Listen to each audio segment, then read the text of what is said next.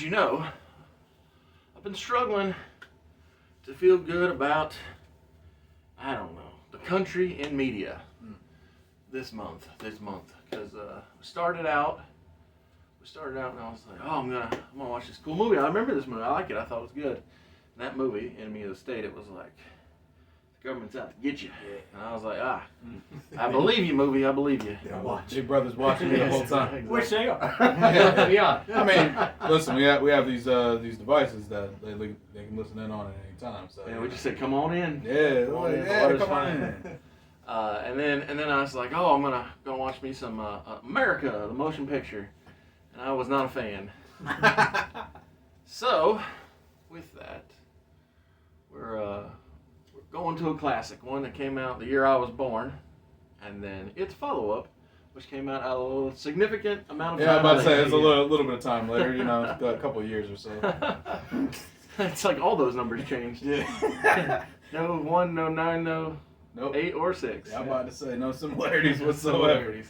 But yeah, so it's funny. Like I always have fond memories of Top Gun from '86. Yeah, agreed. Not that I watched it at the time because I was born in '86. Well, I wasn't even in the ballpark, so you're doing better than me. But yeah, I always have these positive feelings. You know, it's mostly the soundtrack. I swear, Kenny Loggins can do no wrong. Pretty much, yeah. Like he turned an arm wrestling movie into a hit in my mind by putting that good music to it. Really, yeah. Him and Stallone did some It A1 work. It really did make some magic. That's with Eye of the Tiger. Yes. But yeah, so yeah, like I said, I've always had positive feelings about Top Gun. It's an all-time classic for a reason. Oh, for sure. And the funny thing is, like, I was a little apprehensive to watch the new one because You didn't want it to ruin it. well, in my mind I was like, how is Rebel Boy gonna grow up to be leader dude? Yeah. Right? But they do that really freaking well. They treat it with respect. And I mean, they touch on it so many times. How he stayed in good standings because of Iceman, and how I'm not made for this. He's like, well, I washed out the last time I tried being a teacher. So I was like, and then so many times I wish I had my notes on me. I left them in the other room, but like so many times while I'm taking notes on Top Gun Maverick, I was like, wait, is this the same movie again? I'm like, is this new Maverick? Is this new Goose? Like, is this new Iceman? Like, so many characters, I felt similarities or callbacks, but then there was just this moment. I believe it's explicitly when Maverick goes down, and I was like, oh, are they gonna kill him? That's gonna be different. And then they don't, but what they do is so well executed that it changed my perspective on the first film. Like, I was always fine with it, but like, I think I overall gave it a good, just because, like I said, positive feelings, but like, Maverick, man, that movie was a surprising delight. Like, I was taken aback by the change in course that they went with. It's like, to me, the moment that the movie really got good to me was when Maverick, he didn't disobey order because there was never an order, but it was when the team thought it was impossible to do the and then he mission, proved it. and then he proved them wrong. Yes. And it's like, yeah, that is Maverick. That's disobeying, but it was to prove a point. Yes. And that's when I was like, okay, this movie got me. Because, okay, one, everything in the cockpit was so great. Yes. I was like, wow. And then looking the behind the scenes and how they did it, I was like, wow, this is... Tell me about that, because I didn't look up any behind. Yeah, so they were actually in there. Oh, but good. they had people actually flying the jets. Like remote. Yeah. Well, they were actually in the cockpit. Yeah, I was about to say, they were in like there's like a person in a chair, and then the person behind them. Yeah, they were behind. They were behind. Oh, nice. Yeah. That's cool. So they were acting. So when the scene was ready, they had to like click the cameras on, and then they would act, and then they would hear all the stuff while they were really flying. Nice. So they had to get used to the G's and all that. Like, they actually had to do the training. Do the training. That's smart. Because, I was like, It was like in the Rocky and Creed movies when like they actually do boxing training. Well, Right. what I was thinking, while that is a great analogy, I was thinking about how in the Mission Impossibles, especially, that's a Tom good Cruise one, is yeah. always trying to be as hands-on as possible. Yeah. And so yeah, it just feels very Tom Cruise. So I'm Mhm. glad Yeah, you makes sense, yeah. brought that to the table because Yeah. that's super cool. Because it's the thing that I like about Maverick is the care. Oh yeah. It's like, and this is one thing that people have been talking about now with Tom Cruise because they say he's basically our last. Yeah, he's the last action He's hero. the Last action action hero, hero, or even possibly even movie star. Movie star. I Period, think there's yeah. Will Smith and stuff, but I said last action hero as a joke about Arnold Schwarzenegger's Oh. movie more than anything else. Uh, But yeah, I do know what you're saying. He's the last like Hollywood star. right, where his name, because they say that it doesn't care about the movie star anymore for superhero movies. Yeah. It's the name of the superhero that sells, like Spider-Man. Yeah. Yeah. It's not Tom Holland. Yeah. They're just saying it's Spider-Man or Peter Parker. Yeah, it's not But- Tom Holland as Spider-Man. Right. But I'm not entirely certain how much I actually agree with that, but Yeah, I I know. have Me- heard that theory because like, it's Vince McMahon's fantasy. Yeah. Well, philosophy, dream. fantasy, exactly. I was thinking that, but I wasn't gonna say it. Where he wants WWE to be the selling point, right? Oh, okay. Not Hulk Hogan, Stone Cold, Steve Austin, John Cena, The Rock. Mhm. Because the reason being is those people will always leave me, Yeah. but my thing will always be there, right? So he wants that whole brand recognition. Like you said, that the media say movies have. Mhm. Now I'm still not fully convinced because let's say that I was cast as Spider-Man. I don't think nobody's gonna watch Exactly, and that's why I disagree, because it's like, no, people cannot just plug. You can't just plug in anybody Yeah. and just think like, All right, oh, that'll work. Yeah, it's like, hey, Brandon Robinson's gonna be Miles Morales. No, I'm not. It's like let's be honest. In No, your I'm not. defense, To be fair, I'd watch in that movie. your Yeah, defense, I got a kick out of it. you are forever 19. You always Oh, look young. Yeah, So they're looking like, oh yeah, he's good. It's like, how old is he? 32. How old is he playing? A 16-year-old. Exactly. Hey, young patrons, how are you doing today? It's like, yes, but I think something that helped Tom Cruise revitalize his career is the same path that Keanu Reeves Mhm. has, Yep. as being very hands-on with the action. Yes. And Well, and also here's my thing. In both these guys' cases, Keanu and Tom Cruise, I've never heard that these guys are dicks, right? Yeah, everyone likes him. So like Christian Bale, for instance, I've heard multiple stories about him throwing fits on set and just being not pleasant in public. Mhm. But like I've never heard of Keanu Reeves. I've obviously heard the opposite about Keanu Reeves. Yeah. Like he's always sounds. I'm about to say, I've never, like, every time I see Keanu Reeves on camera, or every time I hear somebody talking about Keanu Reeves, it's always, God, I love that guy. Yeah, so he's the positive, best. yeah. Same thing with Tom Cruise. Exactly. I think he's one of the few celebrities who, for every movie or every time, he stays with the fans for as long as he Mhm. possibly can, Yeah. so that they can take pictures with them or talk to Yes. them. Or get autographs. Yeah, and etc. people just feel like, And he doesn't even kidnap people. Right, Like he doesn't. Ezra Miller. Right. He was like, Ezra Miller was like, I love you guys so much. I'm gonna take you to the farm. Yeah. I'm Oh, gonna brush your hair and. the thing that I like about being a movie star is that I get older, the girls. That's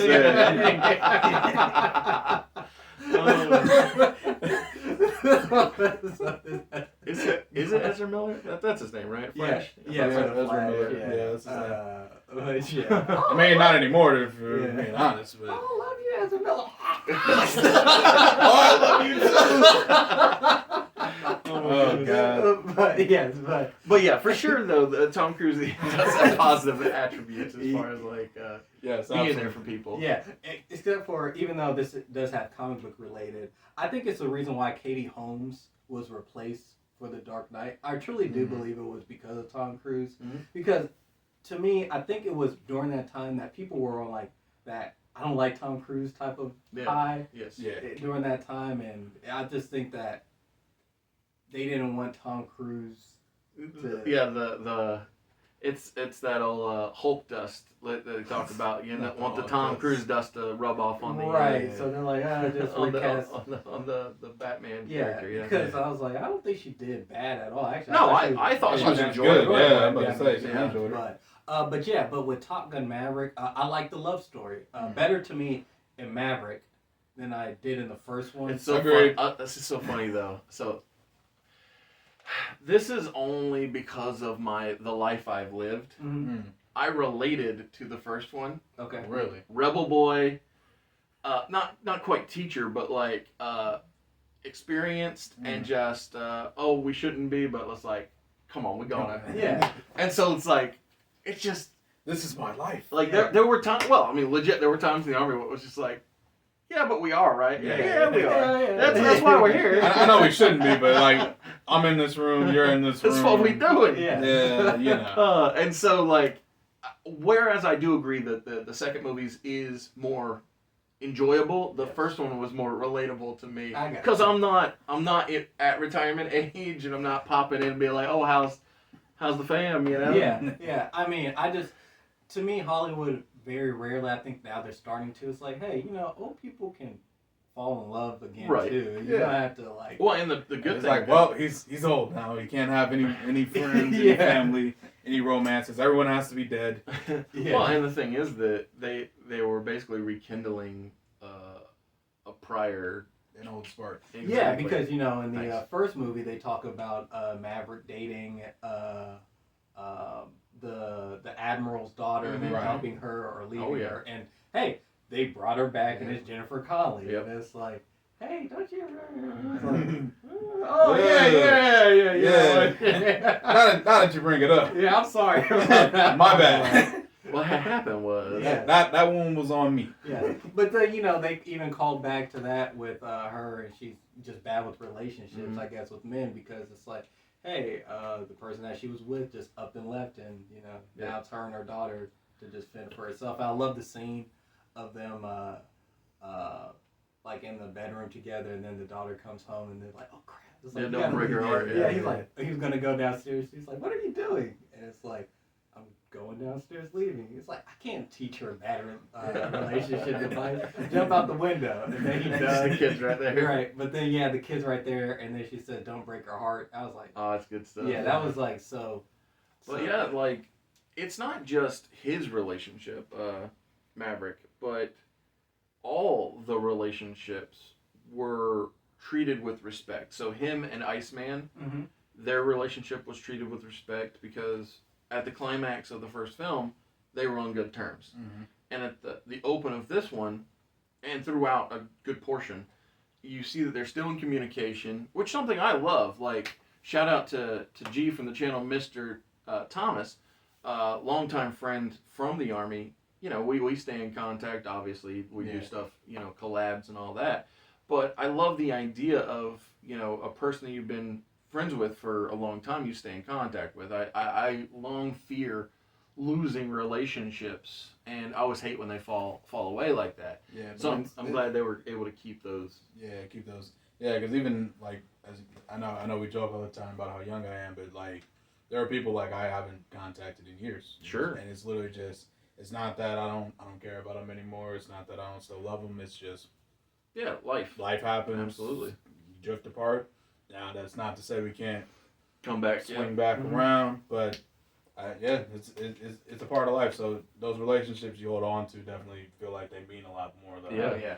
And I just love. So in the first film, you see that Meg Ryan and Goose, they have a kid, and then I can't remember the actor's name for that role, but whatever, they have a kid, and he is Rooster in the second film.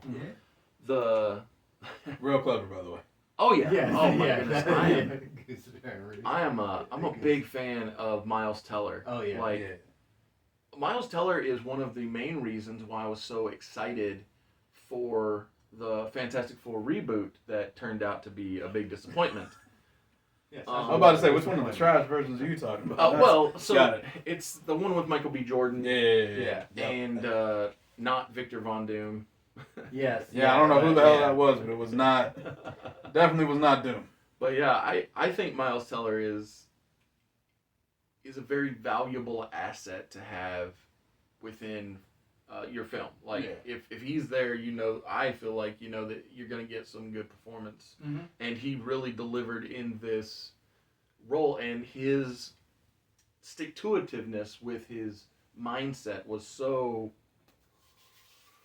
believable when it came to, like, he was just like, I know this is the fact, and that's how I'm going to treat you with respect, sir, boss, man, Maverick. But and then when the change finally comes, when he finally is the one to save the day, Rooster. That's really when I was like, oh, this movie just went from, oh, is this the same old same, to, oh, this is, to me, a step above. Like, I personally gave Top Gun Maverick a spectacular score. I give it 6 out of 5. Oh, wow. Because I think it did take all the good elements and then just turn it up. And so, like I said, my original score with the first one, I thought, oh, it's good. It's good. 4 out of 5, not quality film. Yeah, quality. Like, it's like, Take My Breath Away and friggin' Danger Zone, all these, just all the music just hit, and it's like lots of great characters. It's fun times. It was good. It was fun, but like this one, friggin' spectacular. Like the new Maverick, or the new Iceman, Hangman. He was so good. And then freaking what's the girl's name? Phoenix, I think. Yeah, Phoenix. Yeah. Yeah, and then Bob. I mean, so many great new characters, and I don't know if this franchise is continuing, but I wish that it would. They said that they are planning on making a sequels with Miles Taylor and the guy who played Hangman. Yeah, they definitely should. Yeah, I looked up his name. I forget what it is off the top of my head. Yeah, and we even said that. Didn't we cast him in something like a good Arrow when we were doing? Oh yeah, he'd be good. Yeah. No, he's the guy's got talent. Yeah. To me, honestly, he was Maverick, or he was supposed to be Tom Cruise. Okay. Maverick. It's just his demeanor and his willingness to always defy. Well, and his willingness to defy is what made me think he was going to go and say both of them without the order. And and he did. Oh, well, of course, it was great. Yeah. As it turns out. Yes. Yeah, and it was great. It was like, I was like, that to me, he was Maverick, because Iceman in the original, he was to me about the rules a little bit, which is where Rooster's playing currently. Right. Yeah. In the new era. That's what I'm saying. Everybody has a mirror from the past to the now, where you can see echoes of the original characters, but heightened and accentuated within the new world. The future. The future. Yeah. And I just, what do you think, Josiah? What were your overall feelings on both Top Gun and Maverick? So I really like Top Gun. It wasn't like my all-time favorite film or anything. Sure. But it was I don't remember if I ever rated it on the channel, but like I gave it like a 4 as well. I thought it was a great film. I thought it was a good film that I really enjoyed. I did really like Maverick though, and I think so. When I watched Top Gun, it wasn't. I want to say I watched it in high school, so it would have been like 4 or 5 years ago. Sure. So it was like, by then I had already like gotten all the, oh my god, Top Gun's so great, all the hype, because people love this, like people who love this movie love this movie. Yes. And I was like, okay, it's a great film. I can see why people think that. Like 1000% came out with this is probably one of the best soundtracks that have ever existed. Oh yeah, oh my goodness, yeah.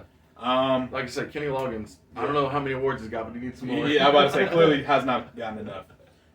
But Maverick, like, really blew me away, because I was like, okay, usually whenever they do sequels for anything, it's mostly just a retread of what. And that's what I was afraid of. And an easy cash grab. Yeah, because and realistically, I wouldn't have even blamed them. They would have gotten the money. Oh my god, that opening where he breaks Mach 10. Yeah, I was like, okay, this is different. Yeah, so that's cool. Just automatically like, oh, okay, you guys are telling me early this is not going to be the exact same film. Yeah, I appreciate that. And yeah, exactly. I was about to say, I thought that was a good call. Yeah, but they especially since like the movie was so fresh in my mind. I mean, fresh 4 or 5 years fresh, but fresh being like okay, I still remember this stuff, so I can catch all the callbacks, but I'm not like a diehard fan, so I can appreciate the new directions and new characters and nuances that they do. But yeah, I thought 1000% Maverick was a better film overall. Mm-hmm. So like, I don't know if we are rating it, but like I'd give it like a 5 or 6. That's cool. Realistically, just because of like how well done the film was at growing with the franchise, the lore, if you will. Yeah, exactly. Yeah. So me and Oz talked about this a lot, and honestly, this is kind of why we even did it. You don't know this yet. Okay, yeah. But, I'm about to say inform me. But Brandon's original opinion is one of the reasons why I chose to do this, not just for the positive feelings for rah-rah military America. Good energy. But yes, but also I chose this because of this reason specifically. Like I think Top Gun, the first one, killer soundtrack, like everybody said. Yeah. But to me, man, this movie is like so 80s.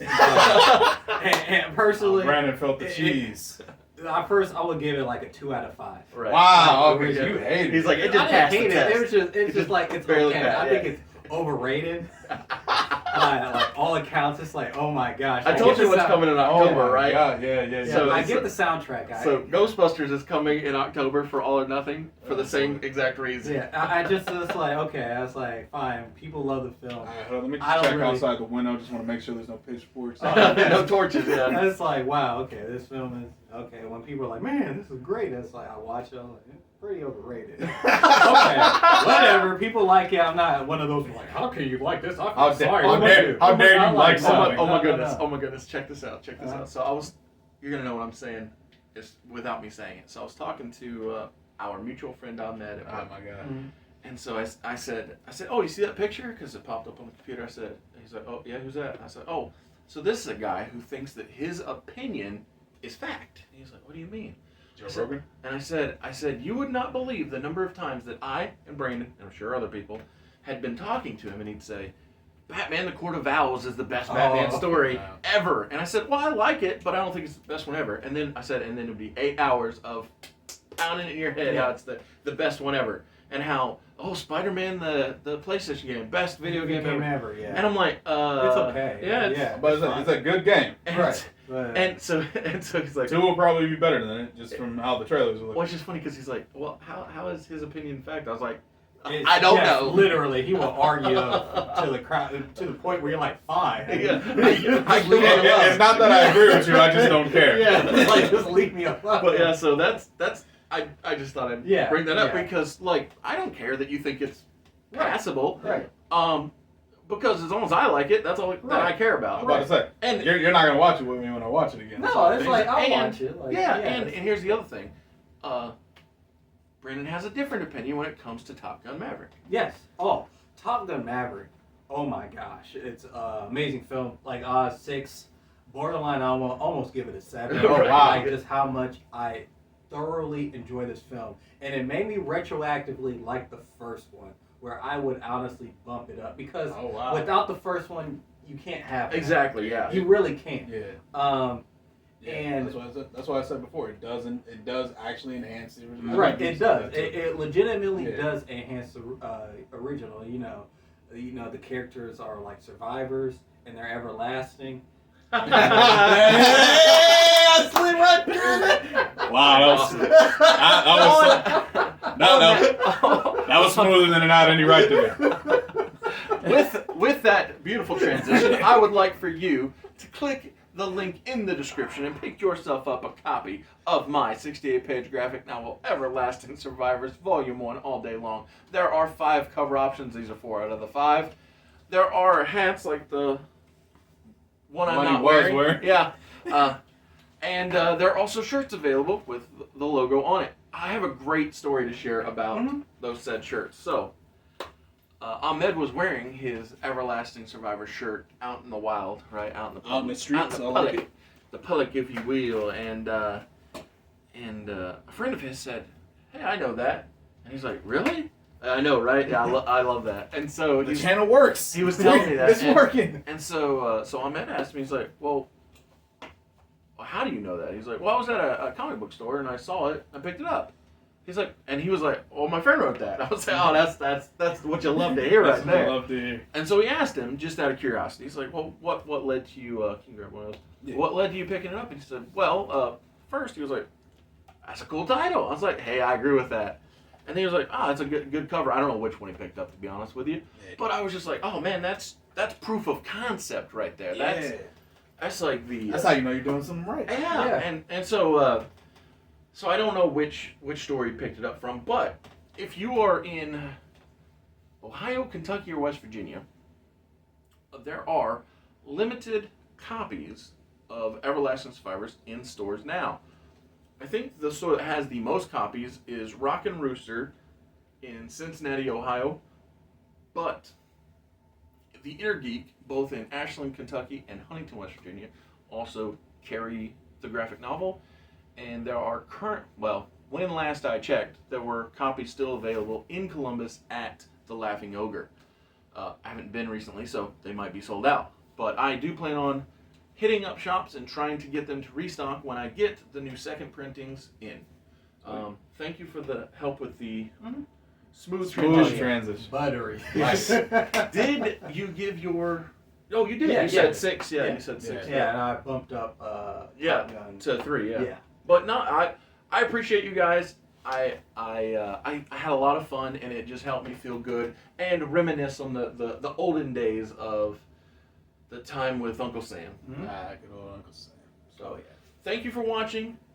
Come back tomorrow for trivia and Thursday for trivia, and see you on Friday for whatever content is coming out on Friday. I went to the danger zone.